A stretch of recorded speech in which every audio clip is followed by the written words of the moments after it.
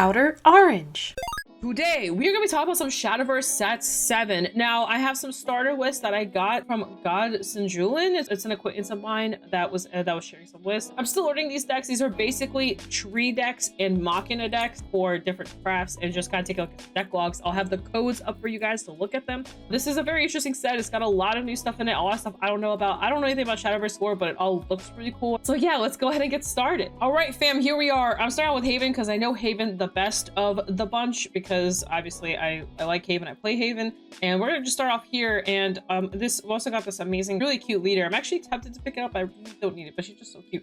Anyway, so this is the Haven version of the Machina Natura build. This is what my friend basically posted. My list is a little bit different from this one because I don't run any Jeans in it, but a Ruby Falcon list I actually prefer a little bit more than this one, but it's okay, it still works. Anyway, I basically have the Machina gun wielder. This card's like absolutely insane because it basically just gets you your droids and your repair modes like going instantly. You can also discard a Machina card to draw, so she'll let you draw. It's gonna be a staple in a lot of decks you'll see here, so you'll be seeing it a lot. We got the core. This basically lets you look at top 2 and reveal a Machina. You put the rest at the bottom. Pretty really good card. Lets you kind of just see more of your deck. You can also bury it to put another repair mode. Into your zone, you can only activate if you have at least 2 Machina followers. So keep in mind, you can't just throw it and instantly bury it. You have to play very carefully with that card. Got the punching. We got punching Vi, I like to call her. This is basically the Iron Knuckle. Basically on Fanfare and on Death, you get the repair mode. Again, you notice that we're kind of building our tokens. So all these cards that are being discussed are all tokens, and they actually all specify what they are here on the cards themselves as well. So that's really good. Got this card. This is Marcote. This card's really nuts. She basically lets you, she on Fanfare draws for some freaking reason, and then also if you have 3, if there's 5 cards in your EX zone, you can actually search for any card in your deck instead. Insane. She also has Ward on her, so if you play like a Ward package and with the Storm package, she also works out for that. So you don't have to just run her in this. You can also run her in like other decks in the future. Maybe she might come up. She actually might come up. We have the Robo Falcon, which is basically Ruby Falcon, but robofied. So it has Storm, you can evolve it, and you can also on Strike, you get a repair mode. Storm still always get it, and then if there's at least 3 cards in your repair mode, it also gets a +1 power, so it's a 2/3 basically. Really powerful as an evolve of this, and the evolve is just really good too. On evolve, you get another repair mode. Into your zone, on Strike, you get another repair mode, and if there's at least 3 cards in your repair mode, you also get +1. So this is a 3/4 with Storm on it. Also a very annoying card, and the fact that it's on Strike, basically getting your setup going, is very, very powerful. We've got the Augmentation Bestowal. This card's insane. You can choose multiple things. You can banish 2 cards with repair mode in the name, search your deck for any Machina follower through us and summon it, so you just directly summon it, or you can banish 5 and you can summon a 6 or less Techno Lord off of this, and this is just really, really good. For the 3 jobs, you can, go after the Ruby Fair, the Ruby Falcon, a couple other cards probably here. Maybe you can go grab this guy, whatever works for you. You can go grab the Limonia. Limonia is gonna be a card we'll talk about here in a little bit. We have Limonia. Let's go ahead and talk about her since we're already on it. So she basically she has a really high cost, lower and lower off of how many repair modes you have. So you get a repair mode in the EX zone. They can banish repair modes from your EX zone to basically drop her evolve cost, so she can become pretty cheap. Goes a pass, and her on evolve is actually just insane. It says on evolve, destroy each enemy follower, and then for 0, select a Machina follower that costs 2 or less in your cemetery and summon it. That's insane. So you get to destroy your opponent's field, and then you get to summon something on top of that. You can summon any 2 drop or less. That's also just really good. Again, Ruby Falcon is a target, so you can just go wild with that. And then we have this guy. This is the Marlone. Each player puts a repair mode into their EX zone, and then you can also on evolve select a main follower that costs X or less on your field, destroy it, equals to number of cards in your EX zone. So again, you just get to basically just nuke something if you need to. This is like a weird card. Some people run at 1 or 2, but it's kind of like an extra card. Basically it has Ward. You can also put a repair mode or assembly to droid, and then you can select a main follower in the field and do it 4 damage. Activate only if there's at least 5 Machina cards in your cemetery. So basically you rest it and just kind of kill something off if you need to. There's Jean. Jean is just a really good like generic board clear. She's basically deals 2 and then deals 2 on evolve, and she also buffs up your board if you have a board to buff up by 2, but she can't buff up herself. So pretty interesting card. I'm a little iffy about her because she's not a Machina card. She's really good, like she's just a good card, but because she's not a Machina follower, she can be a little iffy. Kind of 50-50 on her. This card's insane, and actually I would even say you should play this at 3 copies. This is Father Refinement. He has Rush, and on Fanfare you put 2 repair tokens in, and then you recover 2 play points, so he becomes basically at 3 cost. And then his other ability on Strike, you get to draw a card if there are 5 cards in the repair mode in your zone, and then if you can draw a card, and if you have 5, you actually draw 2. So this guy basically just draws you a ton of cards, kind of gets through your deck a little faster. You find your pieces. Kaede is insane as well because this card's just really good. This is actually an Idolmaster card, but she's just overall just a good card in general. She has Ward, and then on Fanfare you select anything basically and banish it. It has to be a follower, obviously, but you just select a follower and banish it. It's really freaking good. And then the really good part, and a lot of people miss this part because they think it's together, it's actually separate text. Is at the start of your end phase, if your leader is 5 defense or less, you get to recover 5 and draw a card. That is absolutely insane, by the way, on a card. That is so good because if someone rushes you down, you just drop her down and now they have to basically retry and kill you, and it's just a lot harder. Lapis is actually really good for a Aegis build if you ever decide to go down that route, but she also has Ward. It says when she leaves the field, you can draw a card for every prayer counter on her, and at the start of your end phase, select a card on your field, place a prayer counter on it, and give your leader +2. She's a 3/7, which gives you a bunch of health. You can play her with the prayer actually, or you can play her in here as she is a ward card, and then like I said, when she leaves, you get to draw. So she's very powerful, and you also get to get a bunch of counters on it. Now, I will say if people play a lot of Banish, she kind of sucks, but if people don't play a lot of Banish, this card's insane. We have Wilbert. Wilbert's not another card I'm not the biggest fan of, but I also understand why to run it. I think this card can whiff you kind of sometimes, and then also can bomb deck a lot of good cards. It just depends on your playstyle and what you're into, but it's still a good card. You basically get to look at top 5, summon something that's not himself. Plus 5 or less, play everything else at the bottom. It has to be a ward. Specifically, it doesn't summon other stuff, so it has to be wards you can summon. And this is whenever a follower with a ward on your field is put into the cemetery, you deal 1 damage to each enemy leader, which is really good. You're basically burning. So if you set up a whole board full of wards, you can just burn it down. This list is running it at 1. So basically, you can banish 3 Machina cards, and you can use up 2 effects. This Techno Ward's insane, by the way. This card's like nuts. This should be like a 3 of in almost every deck, I think. So select an enemy follower on the field, you get to destroy it, or you can select an enemy on the field and destroy it, so you can destroy trees, by the way. To deal 3 damage to each enemy leader, which is pretty good. Or you can search your deck for a Machina card that isn't named himself. You're going out to your deck. You basically pick 2 of the 4 skills, and they're all really good in my opinion. Every single one of them does something. I think you could nuke something on Fanfare, on top of also healing or burning or doing whatever. It's just a really good combination. That's basically the deck. Grow your Machinas as much as possible. Then you want to storm your opponent down with either wards or build a board and just annoy your opponent over and over again. Since you're going to be blowing up the board a lot, they're not going to be able to recover as easily. You also heal a ton, you draw a lot, you have Banish. Kind of have a little bit of everything. Also an Ether here just to kind of help search and keep your pieces out, whatever you need. So overall, really fun deck. I think it's really strong. I think it's one of the stronger decks in this current meta that we're going into. I haven't tested everything. This is like very like theory talk right now. But so far, from what I know, I think this deck is definitely one of the stronger of the group. Abyss, this is with Mono. You'll notice we're running, again, the Mecha Gun. You're going to see this a lot. Then we have the Alpha Drive, which is basically Mono's spell. You get to select a Mecha follower in your cemetery out of your hand, or you can select a Mono and summon it. So basically kind of similar to how we saw the Omen stuff. The Soulcon here, just I guess you can nuke something and draw off of it, which is also really good. At the core, I think every craft has a core, if I remember correctly. But anyway, so again, this one's kind of similar to some of the other ones. Look at top 2. Reveal 1 Machina card, put in your hand, put the rest at the bottom, and you can bear this card to put a droid token. You can activate, there's at least 5 Machina cards. This one's a little bit different. Bone Drone, very simple. Just on death, he gets you an assembly droid token. I will say he feels a little rough. A 2/2/2 for just an on death. Should be able to play it on death, but maybe the assembly droid is I don't know. You can bury 3, select enemy follower, the field deal 5 damage. Maybe there's a faster way to get there. We have the Duke and Dam, so this one's pretty good. So this is a good Necrocharge card actually. So basically it has an evolve, but then it says on Fen Favorite in the top part of your deck, and then the evolve says select enemy follower, the field, deal it 2, Necrocharge 10, deal it 4 damage instead. So if you get there pretty early, just deal some stuff damage. But again, also the fact that it mills on its own, it's also like a decent follower to have on the board. Next we have Mono herself. You can evolve this follower activate only if there's at least 5 Machina followers in the field. So you can't just evolve her normally, you have to evolve her under special conditions. You can also banish 2 Machina cards from your cemetery, summon a droid, and then so that will basically get you kind of there, it'll get you there faster. So it's free as well. You can just keep doing it. I'm pretty sure this means you can keep doing it. It doesn't have to be like a once per turn thing, you just have to keep banishing. You can get a board out pretty fast, and then we run and then she does have an evolve, so let's check her evolve real quick. So evolve says banish an Alpha Drive from your cemetery, give each Machina flower in your field +2 rush. Again, you could just basically get a board set up really fast and just start basically poking your opponent down. That's kind of the point of the deck, is you want to just start smashing face. With the Robo Goblin, also pretty good. Also a very versatile card. You're gonna be seeing this pop up a lot also in lists. So this one says on death you can put a repair mode token into your EX zone. He also has an evolve. As evolve is, you can summon a droid, and then on death you can also. So he just kind of gets you like a setup going, which is also really good.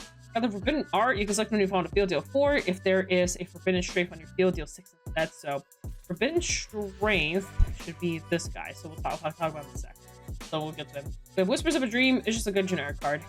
Kill something that's 3 cost or less, mill a card. We saw Machina Wing before, again, just to tap it and nuke some stuff on the board. This is Nicola, another really good card for Necrocharge, by the way. On Fenrir, Fairy 2.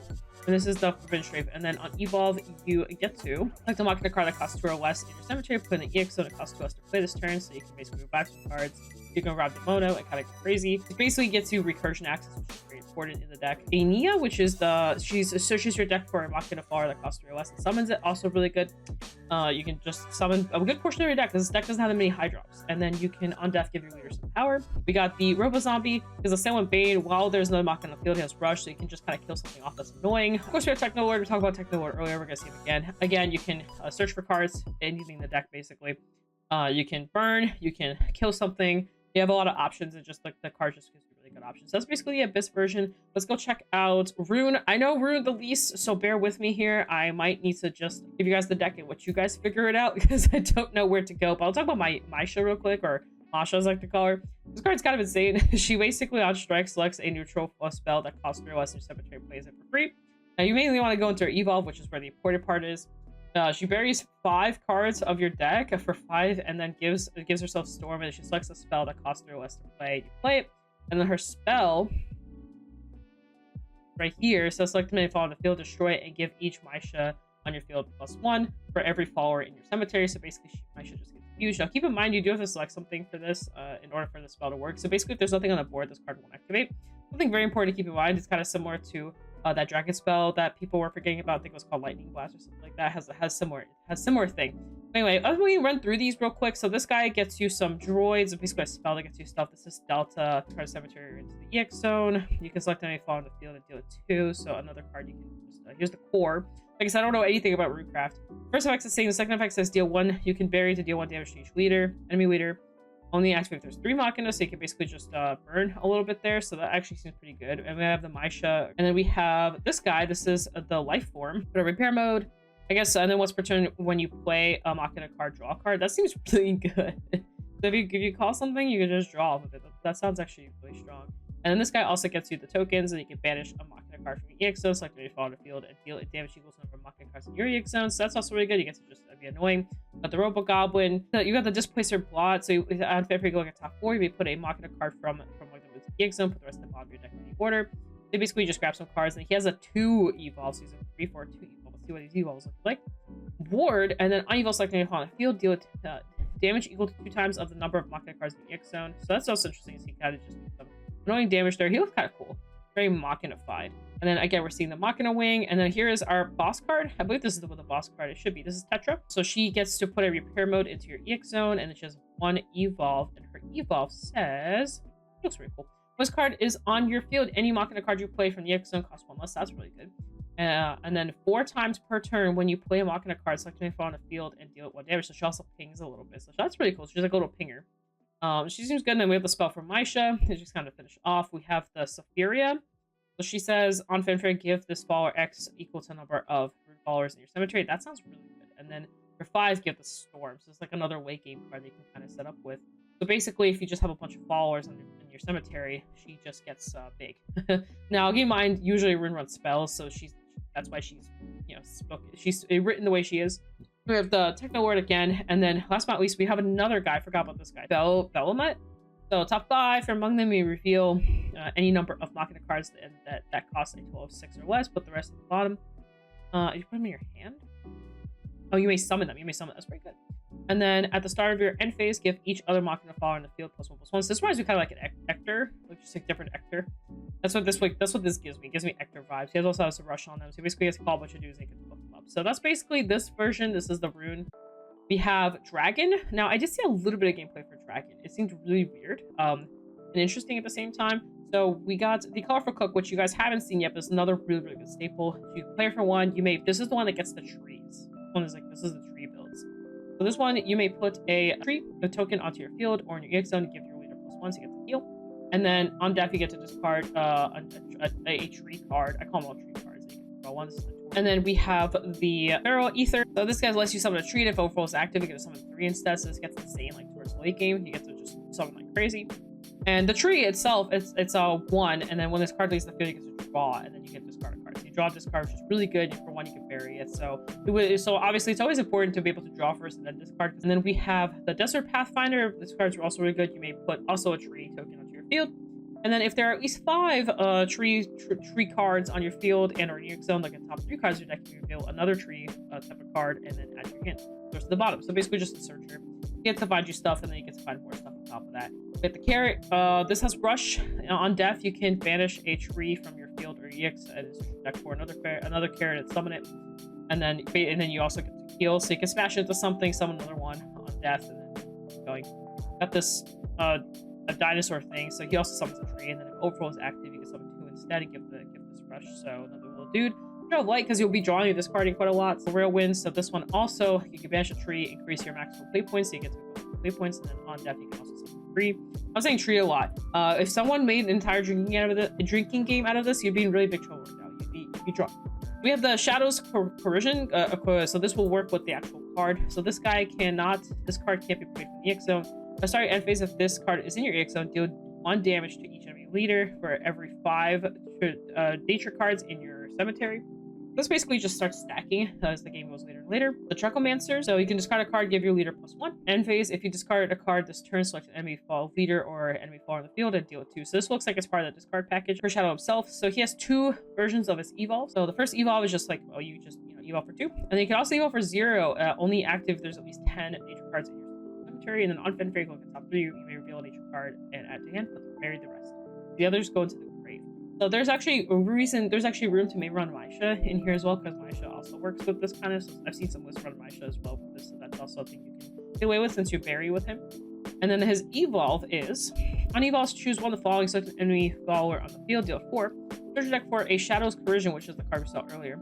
And then shuffle your deck, select a Shadows Corrosion in your cemetery and play it for 0. A lot of people run this card. This card is a little confusing to me. It's really rare how it plays, but this is the neutral, like the main neutral staple, or the main neutral people attempt to chase for, aside from the Techno Lord. So she has Rush, Assailant, Bane, so she can basically rush. She can smash into like big bodies because she's a 0, so she's not doing anything anyway. You can banish a tree from your field or EX zone, put this card onto its owner's field engaged, and evolve it. If you didn't evolve it, banish it. So you have to play her very carefully. You have to evolve her, or else it just goes away. She has Ward, and then on death, she also can heal your leader. So basically, like I said, you can get her out through like on death you can get her out by banishing a tree, and then you can also like just keep her on the board and have her be really annoying because she has Rush, Assailant, Bane. So really annoying card. We have a Shenlong in here, I guess, just because Shenlong's just a good card. And then we have the Conflag. You sometimes just need like dealing 5 to everything, which is really good. The Guri Cap, again, just for more aggression, and then finishing it off with the Wildfire, which is a pretty good card. This card, when this card is discarded, you can select make on the field and deal it 3 damage. So for 1, you can deal something 3. Then you can banish a nature card you field, deal 3 damage to each enemy follower on the field. So this is also really good because it's AoE. Basically, that's kind of the dragon deck. The point of this one is you want to burn your opponent down, but by using the EX zone cards, and you can finish off with like cards like Guri Cap, Shenlong. You can annoy your opponent with this card because you can keep baning and rushing and sailing into things, and she's really annoying on the board. Next, we have Forest. This is with the new girl. So again, I don't know what this one does. This is like definitely like a little bit more unknown territory. Here we have the 7 packing cards. So basically, you select the Stone Claw on your field and give it +1 and then +1/+1. Like on combo, you can deal damage equal to the attack of each enemy follower in the field, which that sounds disgusting. I've heard some horror stories about that card. Got the Colorful Cook, which again gets you set up with trees. You have the Hermit, which also sets you up a tree, which he's a hunter, by the way. He doesn't evolve. And his evolve says you can select a nature card in your cemetery and add to your hands. That's a repurchase cards. Got another one of those like core tree type cards. This one says you can put a tree into your EX zone and cobble 3, put 2 instead, deal 2. You can just, get some trees. Pretty nice. Got the little bit of draw bouncing cards that Forest loves to do. Got the ancient elf for the same thing, the drawing your bouncing cards. I guess you can bounce the ambulance and bring it back out. Got the Avatar Rotation. You can put a tree into your EX zone, then while this card's on the field, any tree you play costs 1 less, which is really good because it means your trees are free now. So that's also really nice. We got this guy again, the little searcher dude. Got the Ghastly Tyrant. He also gets you a tree on the board. You can banish a tree from your field to give your leader +3. Only activate once per turn, but still you get to basically heal. The Trail of Light, again, drawing, discarding. Got the Blossom Spirit. You can evolve her, and then she also gets you a tree or fairy token on the board. And then her evolve says Select any on a follower in the field and deal 2 damage. If there's at least 3 cards in your zone, deal 4. You'll usually be dealing 4. And then we have the new girl. This is the one that works with some packing. So she is, you can evolve this follower, activate only if you hit at least 5 cards this turn. So she can only work with combo 5.